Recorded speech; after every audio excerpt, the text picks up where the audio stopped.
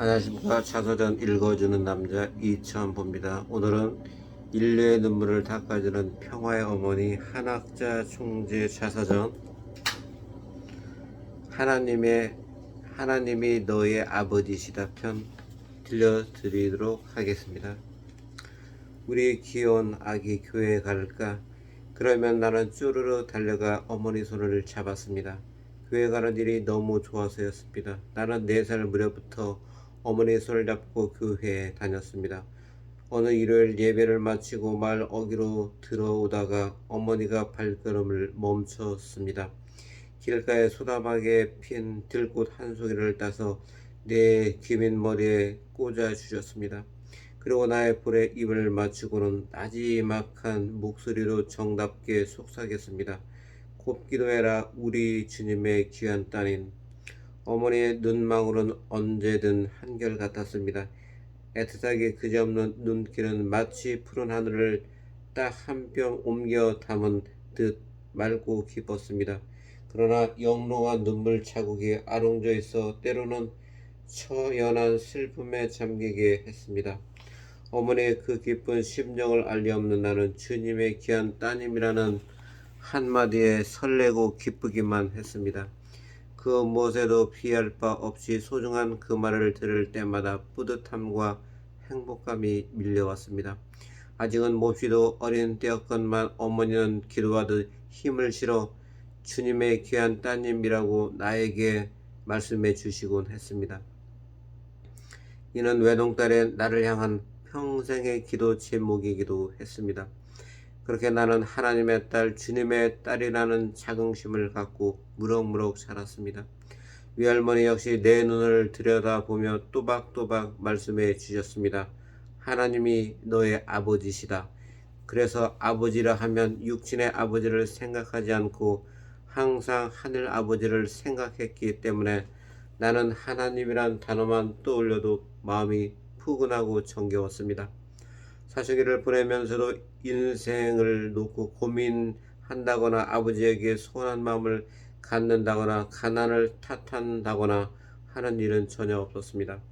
나의 근본된 아버지이신 하나님이 늘 내 곁에 함께 계시고 항상 돌봐주셨기 때문이었습니다. 그렇게 하나님은 내가 태어날 때부터 선천적인 부모였습니다. 그런가 하면 나는 남달리 예민한 영적 직관력을 지니고 있었습니다. 그래서 문선명 총재도 나를 두고 사람이나 사물에 대한 통찰력이 뛰어나고 명석하다 칭찬하며 많은 사람들 앞에서 여러 차례 언급했습니다.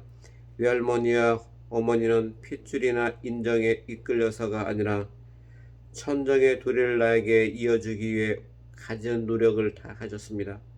뼈꼬리에 녹는 듯한 고단한 수고를 개치 않고 하나님 앞에 일편단심으로 순종하는 모습을 삶 자체로 보여주셨습니다. 단지 기도의 정서로 높다란 돌탑을 쌓아가듯 지극히 세심하면서도 간절했습니다. 나는 하루에도 몇 번씩 마루 끝에 서서 푸른 하늘을 올려다 보았습니다. 고낙 서너 마리가 푸른 하늘을 향해 날아가는 모습을 자주 보았습니다. 그런 날에는 맑은 하늘을 한참이나 바라다 보며 한껏 부푼 가슴을 쓸어안곤 했습니다. 하루는 어머니가 물었습니다. 내가 태어났을 때 어떻게 울었는지 아니?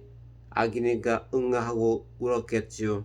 아니야, 너는 랄라랄라 노래를 했단다. 그래서 외할머니가 이 아이는 커서 음악가가 되려나 보다 하고 말씀하셨지. 나는 그것이 나의 앞날을 상징하는 것은 아닐까 싶어 마음속 깊이 새겨두었습니다. 그러나 내 어린 시절은 평탄치 않았습니다. 어머니가 출사로 첫 미역국을 먹고 나를 안고 잠들었을 때 시커먼 뿔이 달린 사탄이 다가와 산천이 떠나갈 듯 호통을 쳤습니다. 이 아기를 그대로 두면 장차 세상이 위험해진다. 지금 이 아기를 없애야 한다. 그러면서 나를 해치려 했습니다. 어머니는 나를 꼭 껴안고 한거했습니다. 사탄아 쏙 물러가라. 이 딸이 하늘 앞에 얼마나 소중한 아이인데 내가 감히 해하려 하느냐. 꿈속 싸움은 격렬했습니다. 얼마나 크게 소리를 질렀는지 외할머니가 깜짝 놀라 어머니를 흔들어 깨웠습니다. 얘야, 내가 아기를 낳고 속이 많이 허한가 보구나. 어머니는 일어나 앉아 나를 가만히 들여다보며 생각에 잠겼습니다. 태어나자마자 사탄이 하려는 이유가 무엇일까? 분명 세상을 구원하는 사람이 될 것이라 믿었습니다. 그래서 어머니는 굳게 결심했습니다. 이 아이는 정성을 다해서 키우지 않으면 안 되겠다. 앞으로 세속에 물들지 않게 주님을 위해 깨끗하고 아름답게 길러야겠다. 어머니는 한 달쯤 후에 또 꿈을 꾸었습니다. 이번에는 흰 옷을 입은 천사가 하얀 구름을 타고 나타났습니다. 순애야, 그 아기 때문에 걱정했을 것이니라. 그러나 결코 걱정하지 마라. 아기는 주님의 딸이고 너는 유모와 같다. 성심을 다해서 양육하거라. 하지만 사탄은 쉽게 물러가지 않았습니다. 내가 6살이 되어 북한을 떠날 때까지 어머니의 꿈에 흉측한 몰골로 불쑥불쑥 나타나 나를 해치겠다고 온갖 위협을 다 했습니다.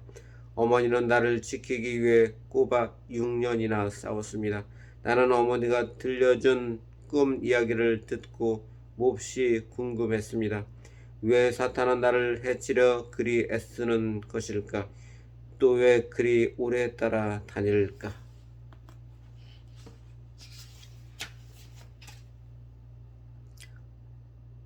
어둠의 시대 주님을 맡기 위한 선택. 자, 이제부터는 외출할 때 이 신발을 신도록 해요. 이게 무슨 신발이에요? 하이힐이라는 것이다. 일제강점기의 시골에서 하이힐은 좀처럼 보기 어려운 신식 물건이었습니다. 그럼에도 홍유일 외할아버지는 몸소 시장에서 하이힐을 사다가 집안 여자들에게 나눠줄 만큼 근대 문물을 자유롭게 받아들였습니다. 그 정도로 의식이 깨어 있었습니다. 키가 크고 친근감 넘치는 호남형인데다 생각 역시 진취적이어서 사람들 존경을 한 몸에 받았습니다. 유교 전통이 엄격한 집안에서 자랐음에도 시대를 앞서가는 분이었습니다.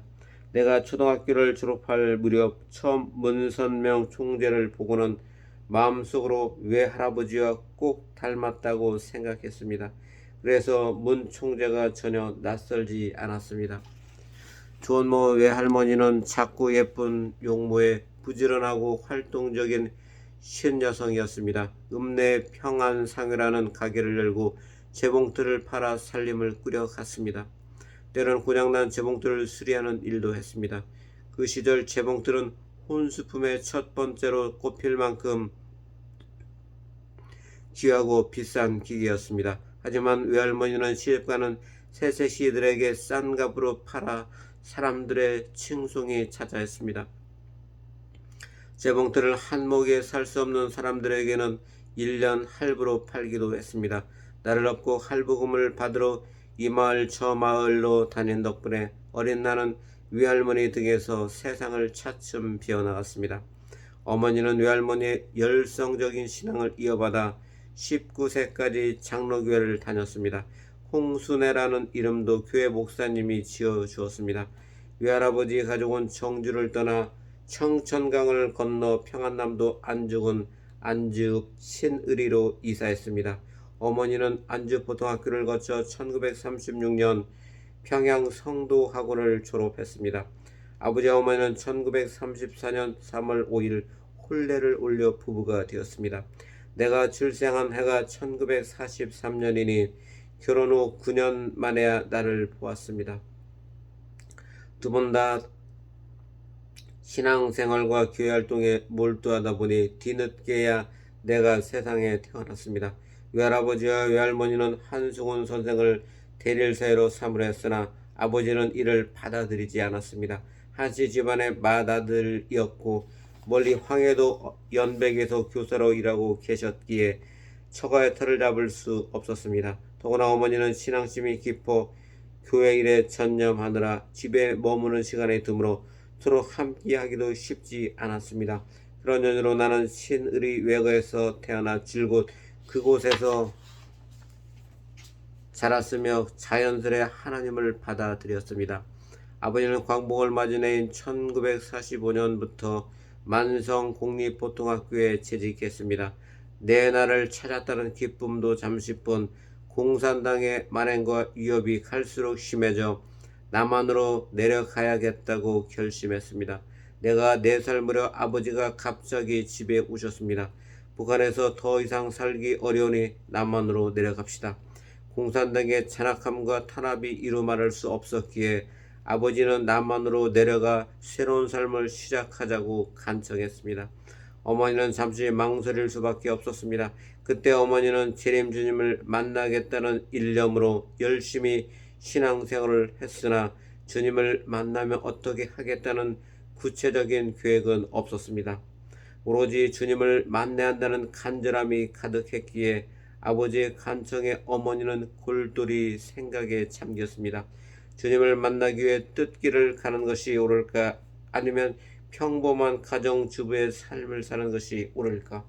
그 갈림길에서 인간적인 고민을 했지만 드디어 마음속에 결심이 서자 남편에게 단호히 말했습니다. 핍박에 굴하지 않고 이 땅에서 주님을 맞이할 신앙길을 지켜가겠어요. 어머니의 거절은 아버지에게는 참으로 뜻밖이었습니다. 하지만 그 시절 평양은 동양의 예루살렘이라 불릴 만큼 기독교가 부흥하던 곳이었습니다. 많은 기독교인들이 재림 메시아를 맞을 준비를 하는 성스러운 곳이었습니다.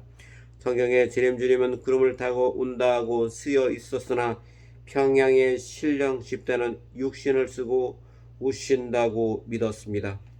어머니 역시 재림 주님은 육신을 지닌 인간으로 오신다고 믿었습니다. 그동안 외할머니를 통해 믿음을 신실히 했고 새 예수교에 다니며 헌신한 어머니는 충실한 메시아 집안으로서 사명을 다하겠다고 결심했습니다. 아버지는 남편이자 아비로서 인륜의 도리를 다하고자 했으나 하늘의 섭리는 끝내 가족을 헤어지게 했습니다. 대문을 나서는 아버지의 뒷모습을 보며 어린 나는 마지막은 아닐 것이라 생각했건만 그것은 내가 마지막으로 본 아버지의 모습이었습니다.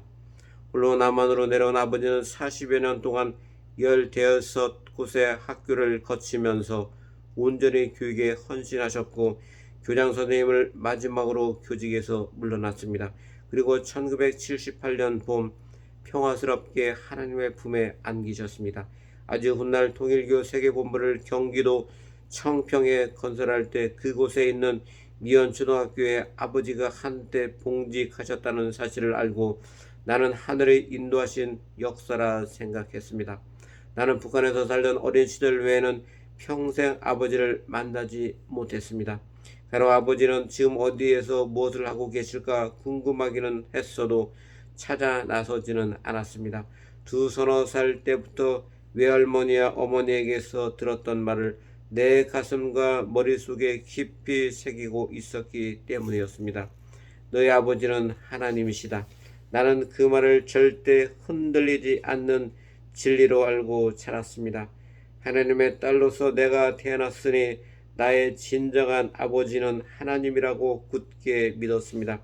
그래서 육신의 아버지에 대해 사사로운 감정을 갖지 않았습니다. 내가 일제치하와 한국전쟁을 겪으면서 홀 외할머니와 홀 어머니 가정에서 온갖 역경을 이겨내며 외롭게 자란 것은 하늘의 예비하신 준비 기간이었습니다. 그 준비를 통해 세상을 구원할 참 어머니가 되는데 아버지는 결과적으로 보이지 않는 일조를 하셨던 것입니다. 선민의 나라 독생녀를 보내실 민족, 인류 구원을 위한 하나님의 섭리 역사가 지속되는 가운데 나는 6,000년 만에 이 땅에 왔습니다. 그 노정은 인류 역사에서 가장 길고 파란만장했습니다. 수많은 사람이 우주의 어머니이자 독생녀의 현현을 간절히 고대해 왔습니다. 누구나 평화로운 세상에서 살기를 원하기 때문입니다. 평화란 누구나 간구하면서도 그렇게 쉽게 얻어지는 것이 아닙니다. 평화를 얻기 위해서는 그의 복음과는 희생과 헌신이 있어야 했습니다. 하나님의 독생자인 하나님이 독생녀인 하늘의 신부를 지당에 보내기까지는 가장 먼저 한 민족의 5,000년에 걸친 희생과 탕감의 민족적 준비 기간이 필요했습니다. 나아가 기독교를 중심으로 한 신앙과 3대 심정적 계대를 잇는 고난의 가정적 기반도 뒷받침되어야 했습니다. 그런 가운데에서야 평화로운 세상을 이룩할 평화의 어머니를 이 땅에 맞이할 수 있습니다. 우리는 누구라도 자신의 탄생에 대해 깊이 감사하지 않으면 안 됩니다. 이 세상에 태어난 사람 가운데 무의미하게 태어나는 사람은 없습니다. 또한 한 사람의 삶은 그 한 사람으로 그치지 않습니다. 한 사람이 태어나기 위해서는 하늘과 땅 모든 우주 만상이 씨줄과 날줄로 얽혀야 합니다. 온 세계에 나아가 온 우주의 기운이 조화를 이뤄야 합니다.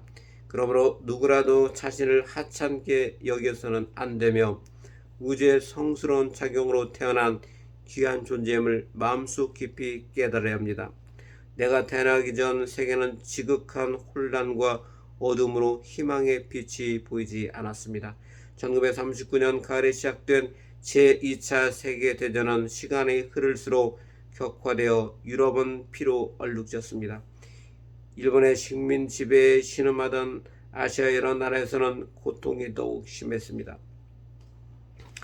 1940년 들어 유럽 대부분의 나라는 히틀러에게 짓밟히고 남은 국가는 오직 영국뿐이었습니다. 그 영국마저 독일 공군의 폭격으로 하루도 편할 날이 없었습니다.